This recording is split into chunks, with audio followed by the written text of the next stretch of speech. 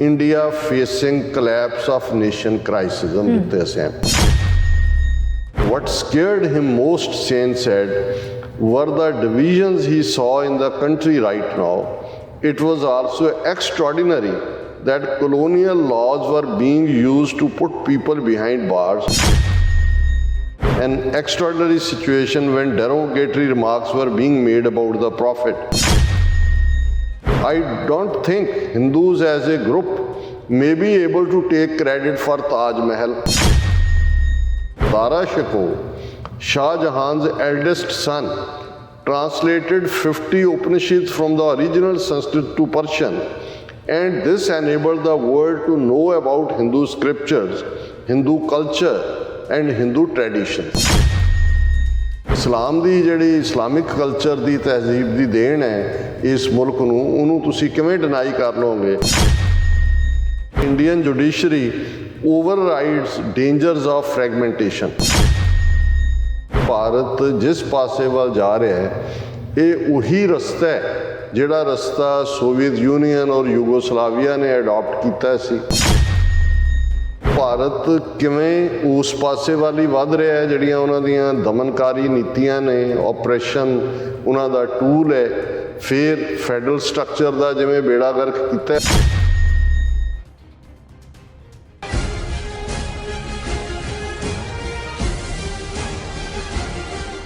ਵਾਹਿਗੁਰੂ ਜੀ ਕਾ ਖਾਲਸਾ ਵਾਹਿਗੁਰੂ ਜੀ ਕੀ ਫਤਿਹ। ਅਸਲਾਮ ਵਾਲੇਕਮ, ਆਦਾਬ, ਵਾਰਜ਼ਾ। ਮੈਂ ਹਾਂ ਤੁਹਾਡੀ ਹੋਸਟ ਨੀਲਮ ਕੌਰ ਤੇ ਮੈਂ TV84 ਦੇ ਸਾਰੇ ਦਰਸ਼ਕਾਂ ਤੇ ਸਰੋਤਿਆਂ ਨੂੰ ਜੀ ਆਇਆਂ ਕਹਿੰਦੀ ਹਾਂ ਪ੍ਰੋਗਰਾਮ ਸੱਚੋ ਸੱਚ ਵਿੱਚ, ਜਿਹੜੇ ਇਸ ਪ੍ਰੋਗਰਾਮ ਨਾਲ ਦੇਸ਼ਾਂ ਵਿਦੇਸ਼ਾਂ ਤੋਂ ਜੁੜ ਚੁੱਕੇ ਨੇ।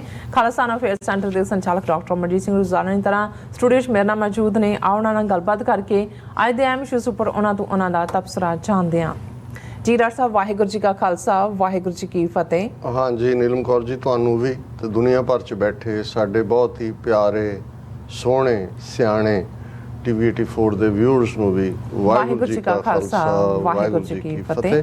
ਤੇ ਸਾਡੇ ਬਹੁਤ ਹੀ ਪਿਆਰੇ ਮੁਸਲਮਾਨ ਭੈਣਾਂ ਭਰਾਵਾਂ ਨੂੰ ਅਸਲਾਮ ਅਲੈਕੁਮ। ਜੀ ਡਾਕਟਰ ਸਾਹਿਬ, ਜੀ ਆਇਆਂ ਨੂੰ ਪ੍ਰੋਗਰਾਮ ਸੱਚੋ ਸੱਚ ਵਿੱਚ। ਬਹੁਤ ਸ਼ੁਕਰੀਆ ਜੀ ਡਾਕਟਰ ਸਾਹਿਬ, ਅੱਜ 7 ਜੁਲਾਈ 2022 ਹਾੜ ਨਾਨਕਸ਼ਾਹੀ ਸੰਮਤ 554 ਦਾ ਦਿਨ ਹੈ ਤੇ ਡਾਕਟਰ ਸਾਹਿਬ ਪ੍ਰੋਗਰਾਮ ਸ਼ੁਰੂ ਕਰਨ ਤੋਂ ਪਹਿਲਾਂ ਅਸੀਂ ਦਰਸ਼ਕਾਂ ਤੇ ਸਰੋਤਿਆਂ ਨੂੰ ਹਮੇਸ਼ਾ ਤਰ੍ਹਾਂ ਦਾ ਸੀ ਵਿਊਅਰਸ, ਜੇ ਤੁਸੀਂ ਹੱਕ ਸੱਚ ਇਨਸਾਫ ਤੇ ਪੈਰਾ ਦਿਨ ਦਾ ਇੱਕੋ ਇੱਕ ਚੈਨਲ TV84 ਨੂੰ ਦੇਖਣਾ ਚਾਹੁੰਦੇ ਹੋ ਤਾਂ ਤੁਸੀਂ ਦੇਖ ਸਕਦੇ ਹੋ Spectrum cable, RCN cable, Bell Falcon Canada, roku, Jadoo box, ਸ਼ਾਵਾ, ਫੇਸਬੁੱਕ TV84 ਦੀ ਐਪ ਰਾਹੀਂ online streaming and IP box ਤੇ ਤੁਸੀਂ TV84 ਨੂੰ ਦੇਖ ਸਕਦੇ ਹੋ। ਵਿਊਅਰਸ, ਜੇ ਤੁਸੀਂ TV84 ਨਾਲ ਜਾਂ ਪ੍ਰੋਗਰਾਮ ਸੱਚੋ ਸੱਚ ਨਾਲ ਫੇਸਬੁੱਕ ਰਾਹੀਂ ਜੁੜੇ ਤਾਂ ਇਸ ਨੂੰ ਵੱਧ ਲਾਈਕ ਕਰੋ ਤੇ ਸ਼ੇਅਰ ਕਰੋ ਅਤੇ ਨਾਲ ਹੀ YouTube ਤੇ ਸਬਸਕ੍ਰਾਈਬ ਵੀ ਕਰੋ। ਇਹ ਵੀ ਦੱਸ ਦਿਓ ਕਿ ਤੁਸੀਂ TV84 ਦੀ ਐਪ ਨੂੰ ਐਂਡਰੋਇਡ ਐਂਡ ਐਪ ਸਟੋਰ ਤੇ ਡਾਊਨਲੋਡ ਕਰਕੇ ਜੋ TV84 ਦੀ ਲਾਈਵ ਸਟ੍ਰੀਮ ਹੈ ਇਸ ਨੂੰ ਤੁਸੀਂ 24 ਆਵਰਸ ਦੇਖ ਸਕਦੇ ਹੋ। ਵਿਊਅਰਸ, ਪ੍ਰੋਗਰਾਮ ਦੀ ਸ਼ੁਰੂਆਤ ਕਰਾਂਗੇ ਅੱਜ ਦੀ ਸਪਾਂਸਰਸ਼ਿਪ ਦੇ ਹਵਾਲੇ ਨਾਲ ਕਿ ਅੱਜ ਦੇ ਪ੍ਰੋਗਰਾਮ ਨੂੰ ਸਪਾਂਸਰ ਕੀਤਾ ਗਿਆ ਹੈ ਡਾਲਸ ਟੈਕਸਸ ਤੋਂ ਵੀਰ ਨਰਿੰਦਰ ਸਿੰਘ ਸਿੰਘੋਜਨ ਵੱਲੋਂ। ਸੋ ਇਹਨਾਂ ਨੇ ਸਿੱਖ ਮੀਡੀਆ ਦੀ ਇੰਪੋਰਟੈਂਸ ਨੂੰ ਸਮਝਦਿਆਂ TV84 ਦੇ ਕੰਮ ਦੀ ਜਿਹੜੀ ਸ਼ਲਾਘਾ ਕੀਤੀ ਹੈ। ਡਾਕਟਰ ਅਮਰਜੀਤ ਸਿੰਘ ਜੀ ਦਾ ਨਾਲ ਤਹਿ ਦਿਲ ਤੋਂ ਧੰਨਵਾਦ ਵੀ ਕੀਤਾ। ਸੋ TV84 ਦੇ ਦਰਸ਼ਕਾਂ ਨੂੰ ਬੇਨਤੀ ਕੀਤੀ ਹੈ ਕਿ ਸਿੱਖ ਮੀਡੀਆ ਨੂੰ ਮਜ਼ਬੂਤ ਕਰਨ ਲਈ ਹੋਰ ਯਤਨ ਕਰਨ ਦੀ ਜਿਹੜੀ ਲੋੜ ਹੈ ਔਰ ਸਾਡਾ ਜਿਹੜਾ ਫਰਜ਼ ਹੈ ਕਿ ਅਸੀਂ ਆਪਣਾ ਦਸਵੰਧ ਕੱਢੀਏ ਅਤੇ TV84 ਸਮੇਤ ਜਿਹੜੀ ਕੌਮੀ ਹਿੱਤ ਵਿੱਚ ਹੁੰਦੇ ਕਾਰਜਾਂ ਵਿੱਚ ਆਪਣਾ ਯੋਗਦਾਨ ਪਾਈਏ। ਸੋ ਅੱਜ ਦੀ ਸਪਾਂਸਰਸ਼ਿਪ ਲਈ ਅਸੀਂ ਵੀਰ ਨਰਿੰਦਰ ਸਿੰਘ ਸੇਖੋਂ ਦਾ ਤਹਿ ਦਿਲ ਤੋਂ ਧੰਨਵਾਦ ਕਰਦੇ ਹਾਂ। ਤੁਹਾਨੂੰ ਵੀ ਅਪੀਲ ਤੇ ਬੇਨਤੀ ਕਰਦੇ ਹਾਂ ਕਿ ਤੁਸੀਂ ਵੀ ਪ੍ਰੋਗਰਾਮ ਸੱਚੋ ਸੱਚ ਨੂੰ ਵੱਧ ਤੋਂ ਵੱਧ ਸਪਾਂਸਰ ਕਰੋ। ਸਪਾਂਸਰਸ਼ਿਪ ਲਈ ਤੁਸੀਂ ਸਾਨੂੰ ਕਾਲ ਕਰ ਸਕਦੇ ਹੋ ਸਾਡੇ ਫੋਨ ਨੰਬਰ ਤੇ 5166191984। ਸੇਮ ਨੰਬਰ ਤੇ WhatsApp ਕਰ ਸਕਦੇ ਹੋ। ਤੁਸੀਂ ਸਾਨੂੰ ਈਮੇਲ ਵੀ ਕਰ ਸਕਦੇ ਹੋ info@tv84.tv। ਸੋ ਵਿਊਅਰਸ, ਪ੍ਰੋਗਰਾਮ ਦੀ ਪਹਿਲੇ ਸੈਗਮੈਂਟ ਦੇ ਵਿੱਚ ਗੱਲਬਾਤ ਕਰਨ ਜਾ ਰਹੇ ਹਾਂ ਕਿ ਨੋਬਲ ਇਨਾਮ ਜੇਤੂ ਡਾਕਟਰ ਅਮ੍ਰਿਤਿਆ ਸੈਨ ਨੇ ਕਲਕੱਤੇ ਦੇ ਇੱਕ ਇਕੱਠ ਵਿੱਚ ਬੋਲਦਿਆਂ ਕਿਹਾ ਹੈ ਕਿ ਭਾਰਤ ਦਾ ਕੌਮੀ ਢਾਂਚਾ ਬਹੁਤ ਬੁਰੀ ਤਰ੍ਹਾਂ ਟੁੱਟ ਰਿਹਾ ਹੈ ਔਰ ਉਹਨਾਂ ਅਨੁਸਾਰ Bharat collapse of nation crisis ਦੇ ਦਹਾਨੇ ਤੇ ਖੜਾ ਹੈ। ਸੋ ਇਸ ਬਾਰੇ ਆਪਾਂ ਗੱਲਬਾਤ ਕਰਨ ਜਾ ਰਹੇ ਹਾਂ। ਸੋ ਅਸੀਂ ਚਾਹਾਂਗੇ ਕਿ ਤੁਸੀਂ ਇਸੇ ਤਰ੍ਹਾਂ ਹੀ ਬਣੇ ਰਹਿਣਾ। ਦੇਖਣ ਸੁਣ ਲਈ ਤੁਹਾਡਾ ਸਭ ਦਾ ਬਹੁਤ ਬਹੁਤ ਸ਼ੁਕਰੀਆ। ਜੀ ਡਾਕਟਰ ਸਾਹਿਬ, ਕੀ ਕਹਿਣਾ ਚਾਹੋਗੇ? ਦੇਖੋ, ਸਭ ਤੋਂ ਪਹਿਲਾਂ ਤਾਂ ਅਸੀਂ ਅੱਜ ਦੇ ਪ੍ਰੋਗਰਾਮ ਨੂੰ ਸਪਾਂਸਰ ਕਰਨ ਲਈ ਵੀਰ ਨਰਿੰਦਰ ਸਿੰਘ ਸੇਖੋਂ ਜੀ, ਜਿਹੜੇ ਡਾਲਸ ਟੈਕਸਸ ਨਿਵਾਸੀ ਨੇ, ਉਹਨਾਂ ਦਾ ਸ਼ੁਕਰੀਆ ਅਦਾ ਕਰਦੇ ਹਾਂ। ਅਸੀਂ ਆਪਣੀ ਲਾਸਟ ਵਿਜ਼ਿਟ ਦੇ ਵੇਲੇ ਉਹਨਾਂ ਦੇ ਘਰ ਵੀ ਗਏ। ਬੜਾ ਪਿਆਰਾ ਪਰਿਵਾਰ ਹੈ ਔਰ ਜਿਹੜੀ ਖੂਬਸੂਰਤੀ ਉਹਨਾਂ ਦੇ ਆਲੇ ਦੁਆਲੇ ਦੀ ਹੈ ਕਿ ਉਹਨਾਂ ਨੇ ਆਪਣੇ ਘਰ ਨੂੰ ਵੀ ਆਪਣੇ ਪਿੰਡ ਵਾਂਗ ਬਣਾਇਆ ਹੋਇਆ ਵਾਹ ਨਾਈਸ। ਔਰ ਪੂਰੇ ਖੇਤੀਬਾੜੀ ਦੇ ਸੰਦ ਵੀ ਨੇ ਉਹਨਾਂ ਦੇ ਕਿਚਨ ਗਾਰਡਨ ਦੇ ਵਿੱਚ। ਹਰ ਤਰ੍ਹਾਂ ਦਾ ਫਰੂਟ ਔਰ ਵੈਜੀਟੇਬਲਸ ਜਿਹੜੀਆਂ ਕਿਚਨ ਦੇ ਵਿੱਚ ਪਕਾਈਆਂ ਜਾਂਦੀਆਂ So ਨੇ nice. ਉਹ ਵੀ ਨੇ। ਔਰ ਇਸ ਵਾਰ ਅਸੀਂ ਕਾਹਲੀ 'ਚ ਸੀ, ਨਹੀਂ ਤਾਂ ਉਹਨਾਂ ਨੇ ਵੇਲਣਾ ਵੀ ਰੱਖਿਆ ਹੋਇਆ ਜਿਹਦੇ ਨਾਲ ਉਹ ਗੰਨੇ ਦਾ ਰਸ ਵੀ ਕੱਢਦੇ ਨੇ। ਔਰ ਸਾਰਾ ਹੀ ਪਰਿਵਾਰ, ਉਹਨਾਂ ਦੀਆਂ ਬੱਚੀਆਂ, ਬੇਟਾ ਸਿੱਖੀ ਭਾਵਨਾ ਦੇ ਨਾਲ ਓਤ-ਪ੍ਰੋਤ ਨੇ।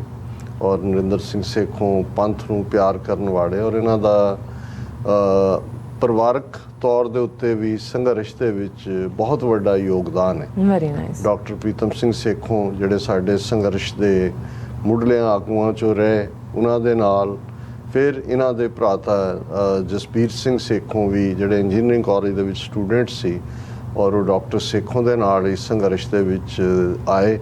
ਉਹਨਾਂ ਦੀ ਵੀ ਸ਼ਹਾਦਤ ਹੋਈ। ਹਾਲਾਂਕਿ ਕਈ ਵਾਰ ਆਪਣੇ ਗੈਰ ਜ਼ਿੰਮੇਵਾਰ ਕਿਸਮ ਦੇ ਲੋਕ ਕਈ ਕੁਝ ਕਹਾਣੀਆਂ ਜੋੜ ਦਿੰਦੇ ਨੇ, ਪਰ ਮੈਂ ਸਮਝਦਾ ਕਿ ਇਹ ਸੌਖਾ ਨਹੀਂ ਹੁੰਦਾ ਕਿ ਜਦੋਂ ਕੋਈ ਆਪਣੇ ਬ੍ਰਿਲੀਅੰਟ ਕੈਰੀਅਰ ਨੂੰ ਛੱਡ ਕੇ ਇਸ ਪਾਸੇ ਲੱਗਦਾ ਹੈ ਔਰ ਆਪਣੀ ਜ਼ਿੰਦਗੀ ਕੁਰਬਾਨ ਕਰ ਦਿੰਦਾ ਹੈ। ਹਾਲਾਂ ਬਹੁਤ ਸਾਰੇ ਸਰਕਮਸਟੈਂਸਿਸ ਐਸੇ ਹੁੰਦੇ ਨੇ ਜਿਨ੍ਹਾਂ ਤੇ ਉੱਤੇ ਪਰਦਾਪੋਸ਼ੀ ਹੋ ਜਾਂਦੀ ਹੈ, ਕਦੇ ਪਰਦਾ ਚੁੱਕਿਆ ਹੀ ਨਹੀਂ ਜਾਂਦਾ।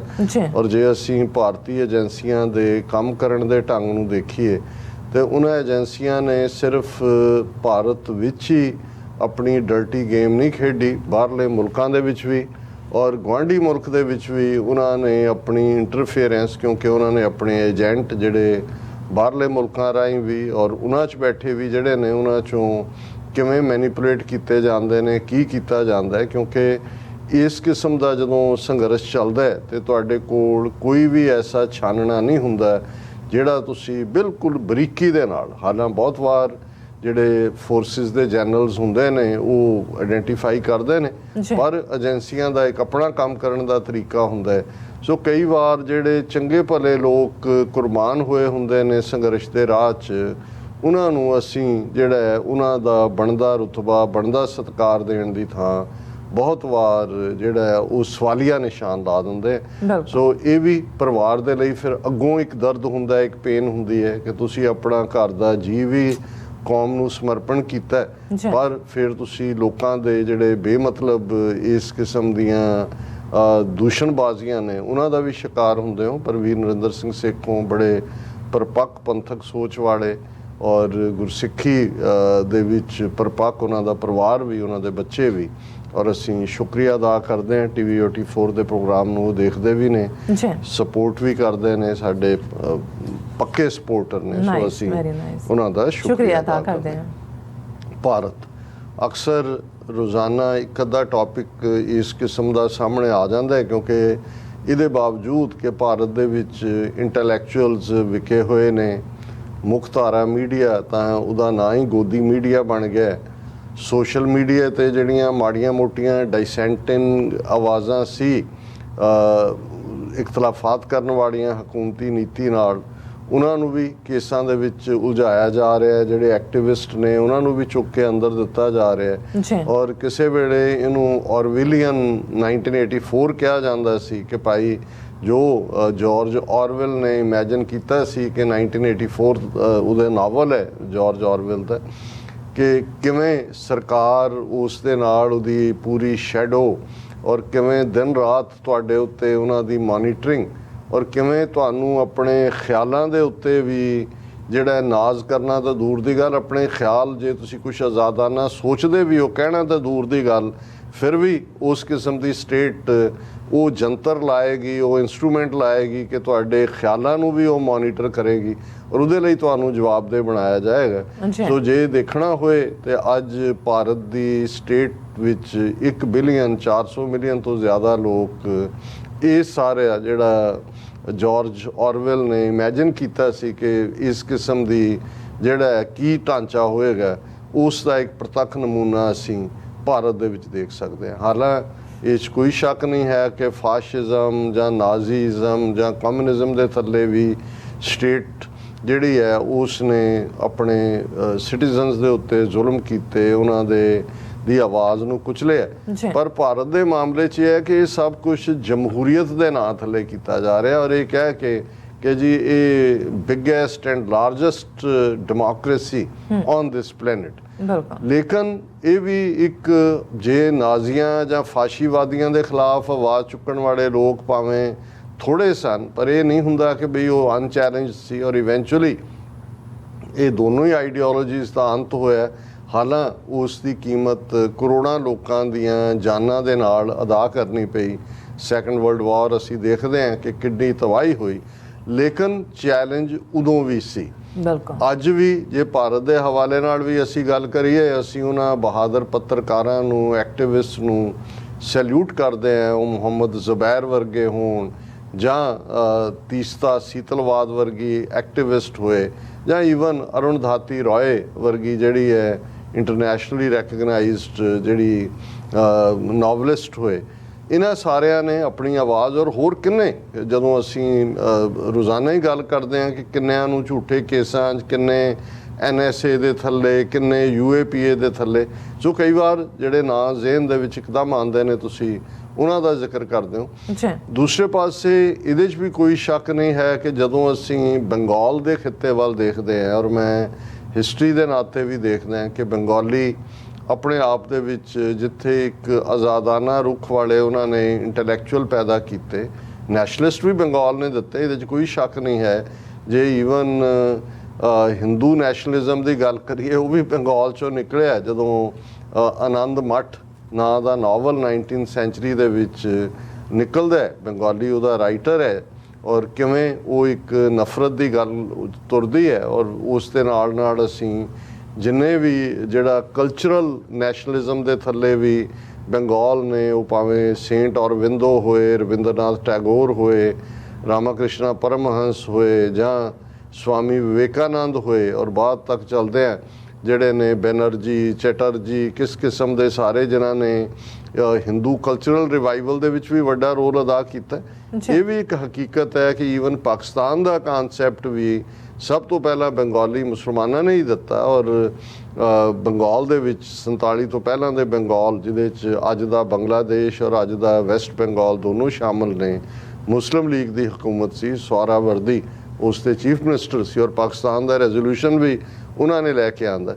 ਲੇਕਿਨ ਇਸ 'ਚ ਵੀ ਕੋਈ ਦੋ ਰਾਵਾਂ ਨਹੀਂ ਨੇ ਕਿ ਬਿਲਕੁਲ ਆਜ਼ਾਦਾਨਾ ਸੋਚ ਵਾਲੇ, ਟਰੂਲੀ ਸੈਕੂਲਰ ਵੈਲਿਊਜ਼ 'ਚ ਯਕੀਨ ਕਰਨ ਵਾਲੇ, ਔਰ ਇਸ ਕਿਸਮ ਦੇ ਕਿਸੇ ਵੀ ਨਫ਼ਰਤ ਦੇ ਏਜੰਡੇ ਨੂੰ ਜਿਹੜਾ ਚੈਲੰਜ ਕਰਨ ਵਾਲਿਆਂ 'ਚ ਵੀ ਬੰਗਾਲੀ ਜਿਹੜੇ ਨੇ ਉਹ ਪੇਸ਼ ਹੁੰਦੇ ਨੇ। ਔਰ ਇਹਦੇ 'ਚ ਈਵਨ ਜੇ ਪੋਲੀਟੀਕਲ ਸਟਰਕਚਰ ਦੀ ਅੱਜ ਵੀ ਗੱਲ ਕਰੀਏ ਕਿ ਜੇ ਮੋਦੀ ਅਮਿਤ ਸ਼ਾਹ ਦਾ ਜਾਂ ਨਾਗਪੁਰ ਦੇ RSS ਦਾ ਹਿੰਦੂਤਵੀ ਰੱਥ ਕਿਤੇ ਰੁਕਿਆ, ਜ਼ਾਹਰ ਹੈ ਪੰਜਾਬ ਨੇ ਰੋਕਿਆ, ਪਰ ਪੰਜਾਬ ਜਵਾਬ ਦੇ ਵਿੱਚ ਆਪਣੀ ਤਰਜ਼ ਦਾ ਕੋਈ ਪੋਲੀਟੀਕਲ ਅਮਲ ਨਹੀਂ ਦੇ ਸਕਿਆ। ਆਮ ਆਦਮੀ ਪਾਰਟੀ RSS ਦੀ B ਟੀਮ ਵਿੱਚ ਵੜ ਗਈ। ਔਰ ਲੇਕਿਨ ਬੰਗਾਲ ਨੇ ਤ੍ਰਿਣਮੂਲ ਕਾਂਗਰਸ ਦੇ ਰੂਪ 'ਚ ਮਮਤਾ ਬੈਨਰਜੀ, ਜਿਸ ਨੇ ਉਸ ਹਿੰਦੂਤਵੀ ਰੱਥ ਨੂੰ ਸਿਰਫ ਰੋਕਿਆ ਹੀ ਨਹੀਂ, ਪਿਛਲੀਆਂ ਅਸੈਂਬਲੀ ਚੋਣਾਂ ਦੇ ਵਿੱਚ ਇਹਦੇ ਬਾਵਜੂਦ ਕਿ ਕਿਸ ਕਿਸਮ ਦੀ ਕਿੰਨੀ ਤਾਕਤ ਹਿੰਦੂਤਵੀਆਂ ਨੇ ਬੰਗਾਲ ਦੇ ਵਿੱਚ ਝੋਕੀ, ਲੇਕਿਨ ਮਮਤਾ ਬੈਨਰਜੀ ਦੇ ਸਾਹਮਣੇ ਇਹਨਾਂ ਨੂੰ ਮੂੰਹ ਦੀ ਖਾਣੀ ਪਈ। ਹੁਣ ਅਗੇਨ ਉਹ ਜੋ ਆਪਰੇਸ਼ਨ ਇਹਨਾਂ ਨੇ ਮਹਾਰਾਸ਼ਟਰ 'ਚ ਕੀਤਾ, ਜਿਸ ਅੰਦਾਜ਼ ਦੇ ਵਿੱਚ ਸ਼ਿਵ ਸੈਨਾ ਦੇ ਕਿਲੇ ਦੇ ਵਿੱਚ ਉਹਨਾਂ ਨੇ ਘੁਸਪੈਠ ਕਰਕੇ ਅੱਧਿਓਂ ਜ਼ਿਆਦਾ ਉਹਨਾਂ ਦੇ ਮੈਂਬਰ ਖਰੀਦ ਕੇ ਜਿਹੜੀ ਆਪਣੀ ਮਦਦ ਦੇ ਨਾਲ ਉਹਨਾਂ ਦੀ ਹਕੂਮਤ ਬਣਾਈ ਹੈ। ਈਵਨ ਉਹਨਾਂ ਦੇ 40 ਦੇ ਕਰੀਬ ਜਾਂ ਉਸ ਤੋਂ ਥੋੜ੍ਹੇ ਘੱਟ ਨੇ, 40 ਤਾਂ ਨਹੀਂ ਹੈ ਸ਼ਾਇਦ, 22-23 ਨੇ ਜਾਂ ਕਿੰਨੇ ਨੇ ਮੈਂਬਰ ਪਾਰਲੀਮੈਂਟ ਮਹਾਰਾਸ਼ਟਰ ਦੇ, ਉਹਨਾਂ ਦੇ ਵਿੱਚ ਵੀ ਜਿਹੜੀ ਹੈ ਹੁਣ ਪੂਰੀ ਘੁਸਪੈਠ ਕਰ ਰਹੇ ਨੇ। ਮਹਾਰਾਸ਼ਟਰ ਜੋ ਕਾਮਯਾਬ ਰਹੇ, ਬੰਗਾਲ 'ਚੋਂ ਮੌਕਾ ਦੇਖ ਰਹੇ ਨੇ, ਕੁਛ ਨਾ ਕੁਛ ਉਹ ਫਿਰਕੂ ਜਨੂਨ, ਫਿਰਕੂ ਫਸਾਦ ਇਸ ਕਿਸਮ ਦੀ ਲਾਈਨ ਕਰਦੇ ਨੇ। ਪਰ ਜਿਹੜੀ ਗੱਲ ਅਸੀਂ ਰਿਪੀਟਡਲੀ ਕਹਿ ਰਹੇ ਹਾਂ ਕਿ ਭਾਰਤ ਜਿਸ ਪਾਸੇ ਵੱਲ ਜਾ ਰਿਹਾ ਹੈ, ਇਹ ਉਹੀ ਰਸਤਾ ਹੈ ਜਿਹੜਾ ਰਸਤਾ ਸੋਵੀਅਤ ਯੂਨੀਅਨ ਔਰ ਯੂਗੋਸਲਾਵੀਆ ਨੇ ਅਡਾਪਟ ਕੀਤਾ ਸੀ। ਨਤੀਜੇ ਦੇ ਤੌਰ ਤੇ ਸੋਵੀਅਤ ਯੂਨੀਅਨ ਦੇ 15 ਟੁਕੜੇ ਹੋਏ ਔਰ ਯੂਗੋਸਲਾਵੀਆ ਦੇ 7 ਟੁਕੜੇ ਹੋਏ, ਔਰ ਅੱਜ ਉਹ ਸਾਰੇ ਹੀ ਅੱਡ ਮੁਲਕ ਨੇ, ਜਿਸ ਦੇ ਲਈ ਲਫ਼ਜ਼ ਬ੍ਰੇਕਅਪ, ਕਲੈਪਸ, ਫਰੈਗਮੈਂਟੇਸ਼ਨ, ਇਹ ਸਾਰੇ ਲਫ਼ਜ਼ ਇਸਤੇਮਾਲ ਕੀਤੇ ਜਾਂਦੇ ਨੇ। ਔਰ ਭਾਰਤ ਕਿਵੇਂ ਉਸ ਪਾਸੇ ਵੱਲ ਹੀ ਵੱਧ ਰਿਹਾ ਹੈ, ਜਿਹੜੀਆਂ ਉਹਨਾਂ ਦੀਆਂ ਦਮਨਕਾਰੀ ਨੀਤੀਆਂ ਨੇ, ਆਪਰੇਸ਼ਨ ਉਹਨਾਂ ਦਾ ਟੂਲ ਹੈ, ਫਿਰ ਫੈਡਰਲ ਸਟਰਕਚਰ ਦਾ ਜਿਵੇਂ ਬੇੜਾ ਗਰਕ ਕੀਤਾ ਔਰ ਅਸੀਂ ਕੱਲ੍ਹ ਜ਼ਿਕਰ ਕੀਤਾ ਸੀ ਕਿ ਕਿਵੇਂ ਮਿਸਟਰ ਏ ਰਾਜਾ ਜਿਹੜੇ ਮੈਂਬਰ ਪਾਰਲੀਮੈਂਟ ਨੇ ਔਰ ਪਿਛਲੀ ਮਨਮੋਹਨ ਸਿੰਘ ਸਰਕਾਰ ਵੇਲੇ ਜਿਹੜੇ ਨੇ ਉਹ ਮਿਨਿਸਟਰ ਵੀ ਸਨ ਸੈਂਟਰ ਦੇ ਵਿੱਚ, ਉਹਨਾਂ ਨੇ ਤਮਿਲਨਾਡੂ ਅੱਡ ਮੁਲਕ ਦੀ ਗੱਲ ਕੀਤੀ ਹੈ ਕਿ ਵੀ ਜੇ ਸਾਨੂੰ ਆਟੋਨਮੀ ਨਾ ਦਿੱਤੀ ਤੇ ਅਸੀਂ ਜਿਹੜਾ ਅੱਡ ਮੁਲਕ ਦੀ ਮੰਗ ਕਰਾਂਗੇ। ਹੁਣ ਆਲਰੇਡੀ ਪੰਜਾਬ ਦੇ ਵਿੱਚ ਖਾਲਿਸਤਾਨ ਦਾ ਮੁੱਦਾ ਜਿਸ ਕਦਰ ਗਰਮਾਇਆ, ਅਸੀਂ ਦੇਖਦੇ ਹਾਂ ਕਿ ਜੇ ਮੈਂਡੇਟ ਕਹਿਣਾ ਹੋਏ ਲੋਕਾਂ ਦਾ ਕਿ ਭਾਈ ਵਿਦਨ 3 ਮੰਥਸ 3 ਮਹੀਨੇ ਪਹਿਲਾਂ ਜਿਹੜਾ ਉਹ ਭਗਵੰਤ ਮਾਨ ਦੀ ਪਾਰਟੀ ਆਮ ਆਦਮੀ ਪਾਰਟੀ 92 ਸੀਟਾਂ ਦੇ ਨਾਲ ਜੇਤੂ ਹੁੰਦੀ ਹੈ, ਲੇਕਿਨ 3 ਮਹੀਨੇ ਬਾਅਦ ਉਹਦੇ ਹੀ ਜਿਹਨੂੰ ਉਹ ਕੈਪੀਟਲ ਕਹਿੰਦੇ ਨੇ ਆਪਣੀ ਸੰਗਰੂਰ, ਜ਼ਾਹਰ ਹੈ ਭਗਵੰਤ ਮਾਨ ਉੱਥੋਂ 2 ਵਾਰ MP ਸੀ ਔਰ ਉਹਦੀ ਜਿਹੜੀ ਹੁਣ ਮਿਨਿਸਟਰ ਬਣਾਈ ਹੈ ਅਨਮੋਲ ਗਗਨ ਕੀ ਉਹਦਾ ਨਾਂ ਹੈ, ਉਹ ਕਹਿ ਰਹੀ ਸੀ, ਉਹਦਾ ਮੈਂ ਇੱਕ ਪੁਰਾਣੀ ਵੀਡੀਓ ਜਦੋਂ ਕੈਂਪੇਨ ਕਰ ਰਹੀ ਸੀ ਕਿ ਸੰਗਰੂਰ ਤਾਂ ਸਾਡੀ ਰਾਜਧਾਨੀ ਹੈ, ਇੱਥੋਂ ਅਸੀਂ ਕਿਵੇਂ ਹਾਰ ਸਕਦੇ ਹਾਂ, ਇੱਥੋਂ ਅਸੀਂ ਜਿੱਤਣਾ ਹੀ ਜਿੱਤਣਾ ਹੈ। ਪਰ ਸੰਗਰੂਰ ਦੇ ਲੋਕਾਂ ਨੇ ਵੀ ਜਿਹੜਾ ਖਾਲਿਸਤਾਨ ਦੇ ਹੱਕ 'ਚ ਜਿਹੜਾ ਉਹ ਫਤਵਾ ਦਿੱਤਾ ਹੈ ਔਰ ਇਹ ਦੱਸਿਆ ਕਿ ਭਾਈ ਪੰਜਾਬ ਜਿਹੜਾ ਹੈ ਉਹ ਹੁਣ ਇੱਕ ਨਵੀਂ ਤਬਦੀਲੀ ਦੇ ਲਈ ਤਿਆਰ ਹੈ।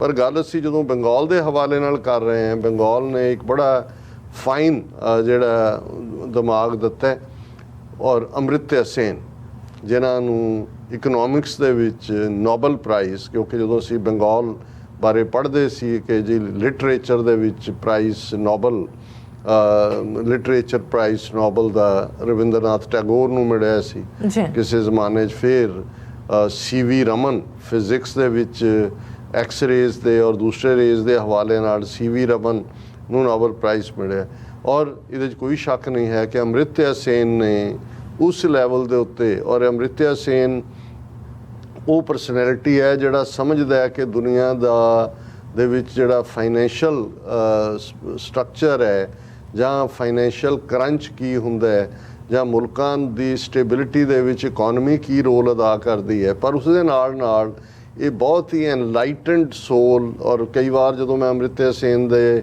ਰਾਈਟ ਅਪ ਜਾਂ ਸਟੇਟਮੈਂਟਸ ਦੇਖਦਾ ਤੇ ਮੈਨੂੰ ਉਹ ਫਾਈਨੈਂਸ਼ੀਅਲ ਫੀਲਡ ਦੇ ਬੰਦੇ ਨਾਲੋਂ ਹਿਸਟੋਰੀਅਨ ਜ਼ਿਆਦਾ ਲੱਗਦਾ ਹੈ।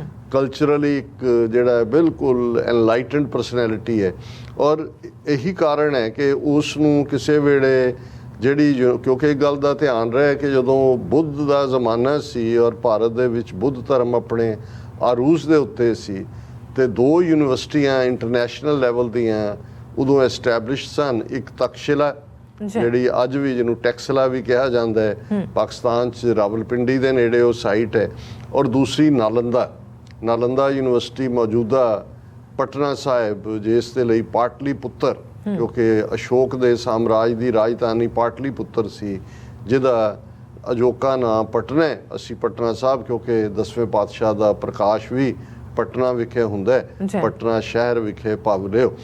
ਔਰ ਇਹਨਾਂ ਦੀ ਪਿਛਲੀਆਂ ਹਕੂਮਤਾਂ ਨੇ ਫੈਸਲਾ ਕੀਤਾ ਸੈਂਟਰ ਦੇ ਵਿੱਚ ਔਰ ਬਿਹਾਰ ਦੇ ਵਿੱਚ, ਕਿਉਂਕਿ ਨਤੀਸ਼ ਕੁਮਾਰ ਪਹਿਲਾਂ ਲਾਲੂ ਯਾਦਵ ਦੇ ਨਾਲ ਸੀ, ਦੂਸਰਾ ਕਿ ਜੀ ਅਸੀਂ ਉਹ ਯੂਨੀਵਰਸਿਟੀ ਨਾਲੰਦਾ ਯੂਨੀਵਰਸਿਟੀ ਜਿਹੜੀ ਬੁੱਧ ਦੇ ਪੀਰੀਅਡ 'ਚ ਸੀ ਜਾਂ ਜਦੋਂ ਬੋਧੀ ਰਾਜਿਆਂ ਦਾ ਬੋਲਬਾਲਾ ਸੀ, ਅਸੀਂ ਇਹਨੂੰ ਰੀਸਟੋਰ ਕਰਨਾ ਔਰ ਬਣਾਉਣਾ। ਔਰ ਅਮ੍ਰਿਤਿਆ ਸੇਨ ਨੂੰ ਉਸ ਯੂਨੀਵਰਸਿਟੀ ਦਾ ਵਾਈਸ ਚਾਂਸਲਰ ਥਾਪਿਆ ਗਿਆ ਸੀ। ਪਰ ਬਹੁਤ ਜਲਦੀ ਅਮ੍ਰਿਤਿਆ ਸੇਨ ਨੇ ਰਿਅਲਾਈਜ਼ ਕੀਤਾ ਕਿ ਕਿਵੇਂ ਲੇਟਰ ਔਨ, ਕਿਉਂਕਿ ਹਕੂਮਤਾਂ ਬਦਲਦੀਆਂ ਨੇ ਵਿਦਨ ਬਿਹਾਰ ਵੀ ਵਿਦਨ ਸੈਂਟਰ ਵੀ, ਔਰ ਉਹਨੇ ਬਾਅਦ ਦੇ ਵਿੱਚ ਉਸ ਤੋਂ ਡਿਸਟੈਂਸ ਕਰ ਲਿਆ ਸੀ ਕਿ ਵੀ ਮੈਂ ਜਿਹੜਾ ਇਸ ਕਿਸਮ ਦੇ ਮਾਹੌਲ 'ਚ ਆਪਰੇਟ ਨਹੀਂ ਕਰ ਸਕਦਾ।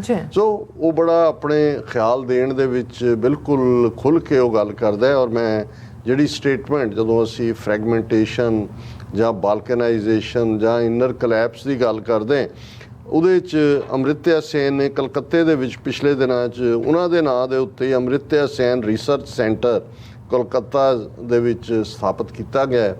ਉਸ ਦੇ ਵਿੱਚ ਉਹਨੂੰ ਬੋਲਣ ਦੇ ਲਈ ਅਮ੍ਰਿਤਿਆ ਸੇਨ ਨੂੰ ਸੱਦਿਆ ਗਿਆ ਔਰ ਜੋ ਉੱਥੇ ਅਮ੍ਰਿਤਿਆ ਸੇਨ ਨੇ ਕਿਹਾ, Times of India the reporting ਮੇਰੇ ਸਾਹਮਣੇ ਹੈ ਔਰ ਉਹਦਾ ਹੈਡਲਾਈਨ ਹੀ ਇਹਨਾਂ ਨੇ ਖੁਦ ਹੀ ਲਾਈ ਹੋਈ ਹੈ, India facing collapse of nation crisis. Amartya Sen ਉਹਨੇ ਕਿਹਾ ਕਿ ਭਾਈ ਭਾਰਤ ਜਿਹੜਾ ਉਹ ਕਲੈਪਸ ਵੱਲ ਜਾ ਰਿਹਾ, ਟੁੱਟਣ ਵੱਲ ਵੱਧ ਰਿਹਾ। ਔਰ ਉਸ ਦੀ ਉਹਨੇ ਬਿਲਕੁਲ ਫੈਕਟਸ ਦੇ ਨਾਲ ਗੱਲ ਕਰਦਿਆਂ ਕਿਹਾ ਕਿ ਭਾਰਤ ਕੀ ਸੀ ਕਲਚਰਲੀ, ਇਹ ਕਿਵੇਂ ਇਵੋਲਵ ਹੋਇਆ over A period of time, ਔਰ ਅੱਜ ਕਿਵੇਂ ਇਹਨੂੰ ਮੈਜੋਰਿਟੀ ਰੂਲ ਦੇ ਨਾਂ ਥੱਲੇ ਉਹ ਜਿਹੜੀ ਉਹਦੀ ਸਾਂਝਵਾੜਾ ਜਾਂ ਉਹਦਾ ਇੱਕ ਸੋਸ਼ਲ ਫੈਬਰਿਕ ਹੈ ਜਿਹਨੇ ਬੌਂਡ ਕੀਤਾ ਸੀ ਸਾਰਿਆਂ ਨੂੰ ਟੁਗੈਦਰ, ਉਹ ਕਿਵੇਂ ਟੁੱਟ ਰਿਹਾ। ਔਰ ਇਹਨਾਂ ਦੀ ਰਿਪੋਰਟਿੰਗ ਇਹ ਹੈ ਕਿ ਭਾਈ ਉਹਨਾਂ ਨੇ ਇਸ ਦੇ ਵਿੱਚ ਕਿਹਾ ਕਿ what scared him most, Sen said, were the divisions he saw in the country right now. It was also extraordinary that colonial laws were being used to put people behind bars, he added. ਉਹਨਾਂ ਨੇ ਇਹ ਕਿਹਾ ਕਿ ਭਾਈ Bharat collapse ਵੱਲ ਜਾ ਰਿਹਾ ਹੈ। ਜੀ। ਔਰ ਉਹਨਾਂ ਨੇ ਕਿਹਾ ਵੀ ਮੈਨੂੰ ਹੈਰਾਨੀ ਇਸ ਗੱਲ ਦੀ ਹੈ ਕਿ ਜਿਹੜੇ ਬ੍ਰਿਟਿਸ਼ ਸਾਮਰਾਜਵਾਦ ਦੇ ਵੇਲੇ ਦੇ ਬਸਤੀਵਾਦੀ ਕਾਨੂੰਨ ਨੇ, ਕਲੋਨੀਅਲ ਕਾਨੂੰਨ, ਜਿਹੜੇ ਦੂਸਰਿਆਂ ਨੇ ਜਿਨ੍ਹਾਂ ਨੇ ਭਾਰਤ ਨੂੰ ਗੁਲਾਮ ਬਣਾਇਆ ਹੋਇਆ ਸੀ, ਗੋਰਿਆਂ ਨੇ, ਉਹਨਾਂ ਨੇ ਦੇਸੀਆਂ ਨੂੰ ਚੇਨਸ ਦੇ ਵਿੱਚ ਰੱਖਣ ਲਈ ਬਣਾਏ ਸੀ ਤਾਂ ਕਿ ਉਹਨਾਂ ਦੇ ਖਿਲਾਫ ਰਿਬੈਲੀਅਨ ਨਾ ਹੋਏ, ਕਿ ਉਹੀ ਕਾਨੂੰਨ ਅੱਜ ਭਾਰਤ ਆਪਣੇ ਆਪ ਨੂੰ ਜਿਹੜਾ ਸਭ ਤੋਂ ਵੱਡੀ ਜਮਹੂਰੀਅਤ ਕਹਿੰਦਾ ਹੈ, ਉਹ ਉਹਨਾਂ ਦਾ ਇਸਤੇਮਾਲ ਕਰ ਰਿਹਾ ਹੈ ਆਪਣੇ ਲੋਕਾਂ ਨੂੰ ਜੇਲ੍ਹਾਂ ਦੇ ਵਿੱਚ ਡੱਕਣ ਦੇ ਲਈ। ਫਿਰ ਉਹਨਾਂ ਨੇ ਜਿਹੜਾ ਇਸ ਦੇ ਉੱਤੇ ਕਿਹਾ ਵੀ ਇਹ ਇਸ ਵੇਲੇ ਬੜੀ ਐਕਸਟਰਾਆਰਡੀਨਰੀ ਇਸ ਕਿਸਮ ਦੀ ਸਿਚੁਏਸ਼ਨ ਬਣੀ ਹੋਈ ਹੈ। ਫਿਰ ਉਹਨਾਂ ਨੇ ਈਵਨ ਉਸ ਜਿਹੜੀ ਬੀਜੇਪੀ ਦੀ ਸਪੋਕਸਪਰਸਨ ਹੈ ਉਸ ਦਾ ਜ਼ਿਕਰ ਕੀਤਾ ਕਿ ਵੀ ਉਹਨੇ ਕਿਵੇਂ ਜਿਹੜਾ ਨਬੀ ਮੁਹੰਮਦ ਸਾਹਿਬ ਦੇ ਖਿਲਾਫ ਜਿਹੜੀ ਹੈ ਉਹ ਟਿੱਪਣੀ ਕਰਕੇ an extraordinary situation when derogatory remarks were being made about the prophet, ਔਰ ਇਹ ਨੂਪੁਰ ਸ਼ਰਮਾ ਉਸ ਦੇ ਉੱਤੇ ਕਾਮੈਂਟ ਕੀਤਾ। ਹੁਣ ਕਿਉਂਕਿ ਜਿਵੇਂ ਮੈਂ ਕਿਹਾ ਕਿ ਵੀ ਅਮ੍ਰਿਤਿਆ ਸੇਨ ਵੈਲ ਰੈਡ ਵੀ ਨੇ, ਗੱਲ ਦਲੀਲ ਨਾਲ ਕਰਦੇ ਨੇ, ਔਰ ਉਹਨਾਂ ਨੇ ਕਿਹਾ ਕਿ ਵੀ ਇਹ ਜਿਹੜਾ ਭਾਰਤ ਕੋਈ ਹਿੰਦੂ ਕਲਚਰ ਤਾਂ ਨਹੀਂ ਹੈ। ਇਸ ਦੇ ਵਿੱਚ ਉਹਨਾਂ ਨੇ ਕਿਹਾ ਕਿ Muslim culture was also part of the country's vibrant history, ਕਿ ਇਸਲਾਮ ਦੀ ਜਿਹੜੀ ਇਸਲਾਮਿਕ ਕਲਚਰ ਦੀ ਤਹਿਜ਼ੀਬ ਦੀ ਦੇਣ ਹੈ ਇਸ ਮੁਲਕ ਨੂੰ, ਉਹਨੂੰ ਤੁਸੀਂ ਕਿਵੇਂ ਡਿਨਾਈ ਕਰ ਲਓਗੇ। I don't think Hindus as a group may be able to take credit for Taj Mahal. ਉਹਨਾਂ ਨੇ ਕਿਹਾ ਜੀ ਹੁਣ ਤਾਜ ਮਹਿਲ ਦਾ ਕ੍ਰੈਡਿਟ ਹਿੰਦੂ ਗਰੁੱਪ ਲੈਣਗੇ, ਹਿੰਦੂਤਵਾ ਆਈਡੀਓਲੋਜੀ ਲੈ ਗਈ। ਔਰ ਇੱਕ ਕਦਮ ਅੱਗੇ ਜਾਂਦੇ ਉਹਨਾਂ ਨੇ ਕਿਹਾ ਦਾਰਾ ਸ਼ਿਕੋ, ਸ਼ਾਹਜਹਾਨ's eldest son, translated 50 Upanishads from the original Sanskrit to Persian, and this enabled the world to know about Hindu scriptures, Hindu culture and Hindu traditions। ਹੁਣ ਦਾਰਾ ਸ਼ਿਕੋ, ਕਿਉਂਕਿ ਜਦੋਂ ਉਹਨਾਂ ਨੇ ਦਾਰਾ ਸ਼ਿਕੋ ਕਿਹਾ ਤੇ ਦਾਰਾ ਸ਼ਿਕੋ ਸ਼ਾਹਜਹਾਨ ਦਾ ਬੇਟਾ ਜਿਸ ਦਾ ਸਿੱਖਾਂ ਦੇ ਨਾਲ ਵੀ ਸੰਬੰਧ ਜੁੜਦਾ ਹੈ, ਔਰ ਸਾਡੀ ਇਤਿਹਾਸਕ ਰਵਾਇਤ ਔਰ ਇਤਿਹਾਸਕ ਸਾਧਨ ਦੱਸਦੇ ਨੇ ਕਿ ਦਾਰਾ ਸ਼ਿਕੋ, ਪਹਿਲਾਂ ਮੈਂ ਗੱਲ ਕਰਾਂ, ਅਮ੍ਰਿਤਿਆ ਸੈਨ ਨੇ ਕਿਹਾ ਕਿ ਵੀ ਦਾਰਾ ਸ਼ਿਕੋ ਨੇ ਜਿਹੜੇ ਹਿੰਦੂ ਉਪਨਿਸ਼ਦ ਨੇ, ਕਿਉਂਕਿ ਜ਼ਾਹਰ ਹੈ ਵੇਦ ਸ਼ਾਸਤਰ ਵੇਦਾਂਤਾ ਜਦੋਂ ਸੀ ਤੇ ਉਪਨਿਸ਼ਦ ਉਹਨਾਂ ਦਾ ਟ੍ਰੇਸ਼ਰ ਹੈ ਫਿਲਾਸਫੀ ਦਾ, ਉਹਨੇ ਕਿਹਾ ਵੀ ਉਹਨਾਂ ਨੇ ਦਾਰਾ ਸ਼ਿਕੋ ਨੇ 50 ਦੇ ਕਰੀਬ ਜਿਹੜੇ ਉਪਨਿਸ਼ਦ ਨੇ ਹਿੰਦੂ ਧਰਮ ਦੇ, ਉਹਨਾਂ ਨੂੰ ਫਾਰਸੀ ਦੇ ਵਿੱਚ ਟਰਾਂਸਲੇਟ ਕੀਤਾ, ਕਿਉਂਕਿ ਪਰਸ਼ੀਅਨ ਸਟੇਟ ਲੈਂਗੁਏਜ ਸੀ ਮੁਗਲ ਕੋਰਟ ਦੀ ਵੀ। ਔਰ ਇਸੇ ਤਰ੍ਹਾਂ ਈਵਨ ਨੈਪੋਲੀਅਨ ਦੇ ਪੀਰੀਅਡ 'ਚ ਵੀ ਅਸੀਂ ਦੇਖਦੇ ਹਾਂ ਕਿ ਫਾਰਸੀ ਜਿਹੜੀ ਹੈ ਲਿਖੀ ਜਾਂਦੀ ਸੀ, ਔਰ ਇੰਟਰਨੈਸ਼ਨਲ ਜਿਹੜੇ ਅੱਡ-ਅੱਡ ਸਾਮਰਾਜ ਨੇ ਉਹਦੇ 'ਚ Persian language C of diplomacy. ਹੁਣ ਜਦੋਂ ਦਾਰਾ ਸ਼ਿਕੋ ਨੇ 50 ਉਪਨਿਸ਼ਦ ਫਾਰਸੀ ਦੇ ਵਿੱਚ ਟਰਾਂਸਲੇਟ ਕੀਤੇ ਤੇ ਜ਼ਾਹਰ ਹੈ ਪਰਸ਼ੀਅਨ ਤੋਂ ਉਹ ਯੂਰਪ 'ਚ ਪਹੁੰਚੇ, ਬਾਅਦ 'ਚ ਉਹਦੀ ਇੰਗਲਿਸ਼, ਗ੍ਰੀਕ, ਕਈ ਜ਼ਬਾਨਾਂ ਦੇ ਵਿੱਚ ਟਰਾਂਸਲੇਸ਼ਨ ਹੋਈ।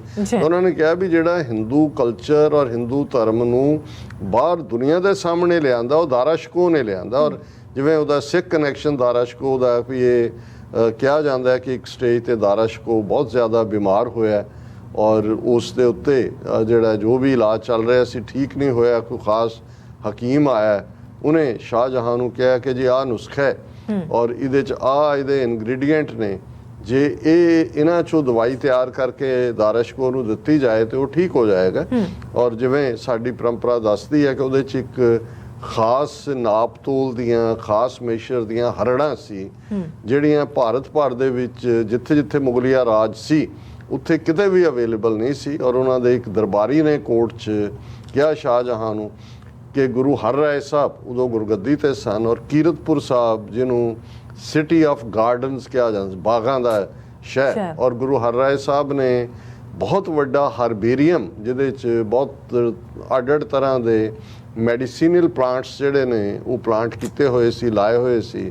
ਉਹਨਾਂ ਨੇ ਕਿਹਾ ਜੀ ਕਿ ਉਹਨਾਂ ਦੇ ਕੋਲ ਇੱਕ ਬਹੁਤ ਵੱਡਾ ਉਹਨਾਂ ਨੇ ਹਰਬੇਰੀਅਮ ਜਿਹੜਾ ਹੈ ਉਹ ਮੈਡੀਸੀਨਲ ਪਲਾਂਟਸ ਹੈ ਉੱਥੇ ਸੁਨੇਹਾ ਦੇਖ ਕੇ ਭੇਜੋ ਕਿ ਵੀ ਜੇ ਉੱਥੋਂ ਅਵੇਲੇਬਲ ਹੋਵੇ ਔਰ ਉੱਥੋਂ ਉਹਦਾ ਜਿਹੜਾ ਸੁਨੇਹਾ ਆਇਆ। ਹਾਲਾਂ ਉਸ ਤੋਂ ਪਹਿਲਾਂ ਸ਼ਾਹਜਹਾਂ ਦੀਆਂ ਫੌਜਾਂ 4 ਜੰਗਾਂ 6ਵੇਂ ਪਾਤਸ਼ਾਹ ਗੁਰੂ ਹਰਗੋਬਿੰਦ ਸਾਹਿਬ ਨਾਲ ਲੜ ਚੁੱਕੀਆਂ ਸੀ, ਜਿਨ੍ਹਾਂ ਦੇ ਵਿੱਚ ਅੰਮ੍ਰਿਤਸਰ ਦੀ ਜੰਗ, ਹਰਗੋਬਿੰਦਪੁਰ ਸਾਹਿਬ ਦੀ ਜੰਗ, ਕਰਤਾਰਪੁਰ ਦੀ ਜੰਗ ਜਿਹੜਾ ਕਰਤਾਰਪੁਰ ਜਲੰਧਰ ਦੇ ਨੇੜੇ, ਔਰ ਮਹਿਰਾਜ ਦੀ ਜੰਗ ਜਿਹੜਾ ਬਠਿੰਡੇ 'ਚ ਹੈ। ਲੇਕਿਨ ਇਹਦੇ ਬਾਵਜੂਦ ਜਦੋਂ ਉਹਦੀ ਰਿਕੁਐਸਟ ਆਈ ਔਰ ਗੁਰੂ ਸਾਹਿਬ ਨੇ ਆਪਣੇ ਬਾਗ ਉਹ ਮਿਲ ਗਈਆਂ, ਉਹ ਜੋ ਵੀ ਉਹਨਾਂ ਦੀ ਰਿਕੁਆਇਰਮੈਂਟ ਸੀ ਉਹ ਭੇਜੀਆਂ, ਉਹਦੀ ਦਵਾਈ ਤਿਆਰ ਹੋਈ ਔਰ ਦਾਰਾ ਸ਼ਿਕੋ ਬਿਲਕੁਲ ਤੰਦਰੁਸਤ ਹੋਇਆ। ਔਰ ਬਾਅਦ ਦੇ ਵਿੱਚ ਉਹ ਸ਼ੁਕਰੀਆ ਅਦਾ ਕਰਨ ਦੇ ਲਈ ਦਾਰਾ ਸ਼ਿਕੋ ਕੀਰਤਪੁਰ ਸਾਹਿਬ ਵੀ ਆਇਆ। ਔਰ ਇਕੱਲਾ ਇਹੀ ਕਨੈਕਸ਼ਨ ਨਹੀਂ ਹੈ, ਈਵਨ ਜਦੋਂ ਸ਼ਾਹਜਹਾਂ ਦੀ ਮੌਤ ਹੋਈ ਔਰ ਉਹਦੇ ਲੜਕਿਆਂ ਦੇ ਵਿੱਚ ਆਜ਼ਮ ਔਰ ਔਰੰਗਜ਼ੇਬ ਔਰ ਦਾਰਾ ਸ਼ਿਕੋ ਸਭ ਤੋਂ ਵੱਡਾ ਸੀ, ਸ਼ਾਹਜਹਾਂ ਨੇ ਉਹਨੂੰ ਗੱਦੀ ਦਿੱਤੀ ਹੋਈ ਸੀ। ਉਹਨਾਂ 'ਚ ਪੁੱਤਰਾਂ ਦੇ ਵਿੱਚ ਜਿਹੜੀ ਹੈ ਉਹ ਗੱਦੀ ਦੇ ਲਈ ਲੜਾਈ ਸ਼ੁਰੂ ਹੋਈ ਤੇ ਦਾਰਾ ਸ਼ਿਕੋ ਜਿਹੜਾ ਸਕਾਲਰਲੀ ਸੀ, ਸੂਫੀ ਸੀ, ਫਕੀਰਾਨਾ ਸੀ। ਔਰੰਗਜ਼ੇਬ ਜਿਹੜਾ ਵਾਰ ਹਾਰਡਨਡ ਜਿਹੜਾ ਉਹ ਲੜਾਕਾ ਸੀ, ਆਲਰੇਡੀ ਸਾਊਥ ਦੇ ਵਿੱਚ ਕਾਬਲ ਵੀ ਉਹਨੇ ਕੰਕਰ ਕੀਤਾ ਹੋਇਆ ਸੀ।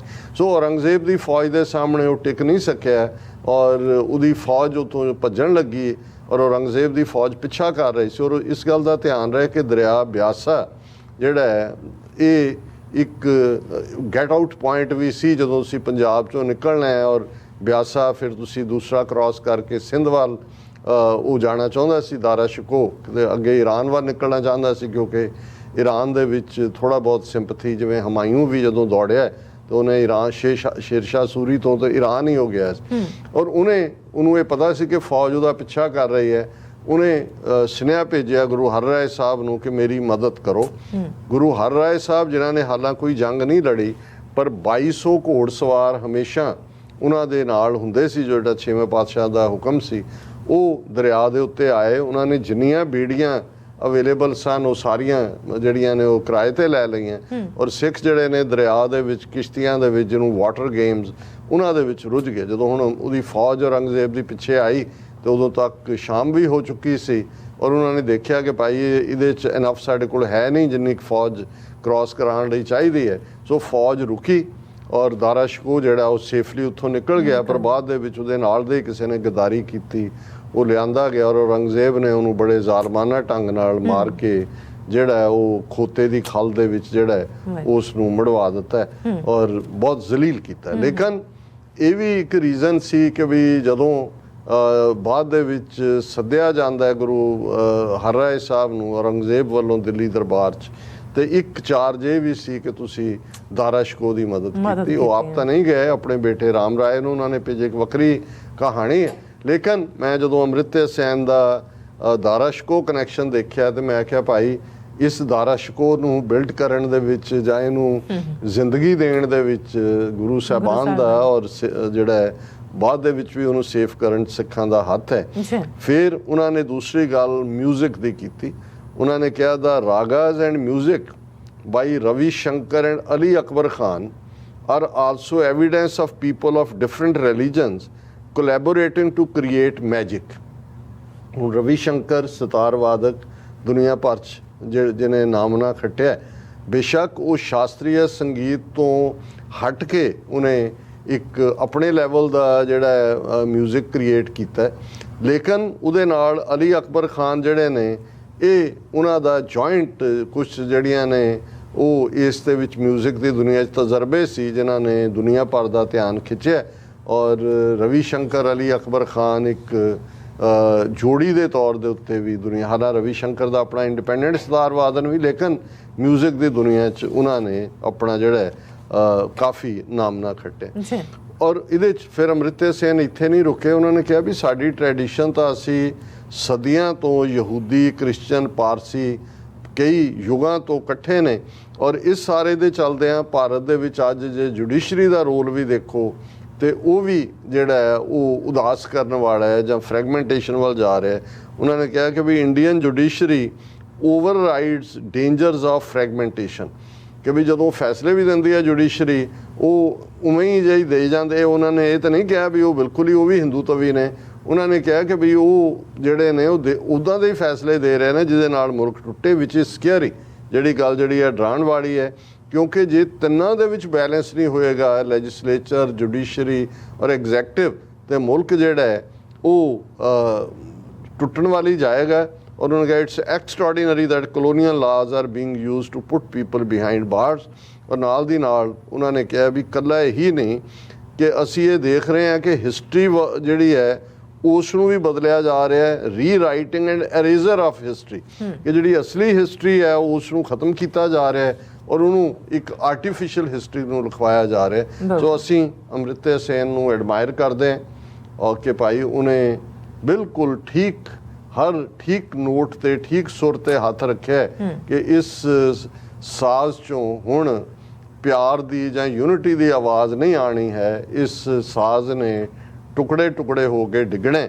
ਇਹੀ ਉਹਨਾਂ ਨੇ ਕਿਹਾ ਕਿ ਭਾਈ ਕਲੈਪਸ ਆਫ ਨੇਸ਼ਨ ਕ੍ਰਾਈਸਿਸ ਵੱਲ ਭਾਰਤ ਵੱਧ ਰਿਹਾ। ਜੀ ਡਾਕਟਰ ਸਾਹਿਬ ਤੁਹਾਡਾ ਬਹੁਤ ਬਹੁਤ ਸ਼ੁਕਰੀਆ, ਤੁਸੀਂ ਆਪਣੇ ਵਿਚਾਰ ਸਾਹਿਬ ਦਰਸ਼ਕਾਂ ਨਾਲ ਸਾਂਝੇ ਕੀਤੇ ਨੇ। ਸੋ ਇੱਥੇ ਲੈਣੇ ਬ੍ਰੇਕ, ਔਰ ਬ੍ਰੇਕ ਤੇ ਜਾਣ ਤੋਂ ਪਹਿਲਾਂ ਅਸੀਂ ਆਪਣੇ ਦਰਸ਼ਕਾਂ ਤੇ ਸਰੋਤਿਆਂ ਨੂੰ ਅਪੀਲ ਤੇ ਬੇਨਤੀ ਕਰਦੇ ਵਿਊਅਰਸ, ਜਿਸ ਤਰ੍ਹਾਂ ਕਿ ਤੁਸੀਂ ਜਾਣਦੇ ਹੋ ਕਿ TV 84 ਹੱਕ ਸੱਚ ਇਨਸਾਫ ਦੀ ਜਿਹੜੀ ਆਵਾਜ਼ ਹੈ ਉਹ ਬੁਲੰਦ ਕਰ ਰਿਹਾ ਹੈ। ਆਵਾਜ਼ ਤੁਹਾਡੇ ਪਿਆਰ ਸਦਕਾ, ਤੁਹਾਡੇ ਵਿਸ਼ਵਾਸ ਸਦਕਾ, ਤੁਹਾਡੇ ਡੋਨੇਸ਼ਨ ਸਦਕਾ ਹੀ ਹੋ ਸਕਦੀ ਹੈ। ਸੋ ਅਸੀਂ ਚਾਹਾਂਗੇ ਕਿ ਤੁਸੀਂ TV 84 ਦੀ ਚੜ੍ਹਦੀ ਕਲਾ ਲਈ ਵੱਧ ਤੋਂ ਵੱਧ ਡੋਨੇਟ ਕਰੋ। ਡੋਨੇਟ ਕਰਨ ਲਈ ਸਾਡੀ ਵੈਬਸਾਈਟ TV84.tv ਤੇ ਜਾ ਕੇ ਪੇਪਲ ਦੀ ਵਰਤੋਂ ਕਰਕੇ ਵਨ ਟਾਈਮ ਡੋਨੇਟ ਕਰ ਸਕਦੇ ਹੋ, ਮੰਥਲੀ ਡੋਨੇਟ ਵੀ ਕਰ ਸਕਦੇ ਹੋ। ਤੁਸੀਂ TV 84 ਦੇ ਨਾਮ ਤੇ ਚੈੱਕ ਬਣਾ ਕੇ ਸਾਨੂੰ ਮੇਲ ਵੀ ਕਰ ਸਕਦੇ ਹੋ ਸਾਡੇ ਇਸ ਪਤੇ ਤੇ 36-01 37th ਐਵਨਿਊ, ਲੌਂਗ ਆਈਲੈਂਡ ਸਿਟੀ, ਨਿਊਯਾਰਕ 11101 USA, ਜਾਂ ਫਿਰ ਤੁਸੀਂ ਸਾਨੂੰ ਫੋਨ ਰਾਹੀਂ ਵੀ ਸੰਪਰਕ ਕਰ ਸਕਦੇ ਹੋ ਸਾਡੇ ਫੋਨ ਨੰਬਰ ਤੇ 5166191984। ਤੁਸੀਂ ਸਾਨੂੰ ਈਮੇਲ ਵੀ ਕਰ ਸਕਦੇ ਹੋ info@tv84.tv ਤੇ। ਅਸੀਂ ਤੁਹਾਡੇ ਤਹਿ ਦਿਲ ਤੋਂ ਸ਼ੁਕਰਗੁਜ਼ਾਰ ਹੋਵਾਂਗੇ। ਸੋ ਇੱਥੇ ਲੈਣੇ ਬ੍ਰੇਕ ਵਿਊਅਰਸ, ਤੁਸੀਂ ਸਾਨੂੰ ਇਸੇ ਤਰ੍ਹਾਂ ਬਣੇ ਰਹਿਣਾ। ਮਿਲਦੇ ਹਾਂ ਛੋਟੇ ਜਿਹੇ ਬ੍ਰੇਕ ਤੋਂ ਬਾਅਦ।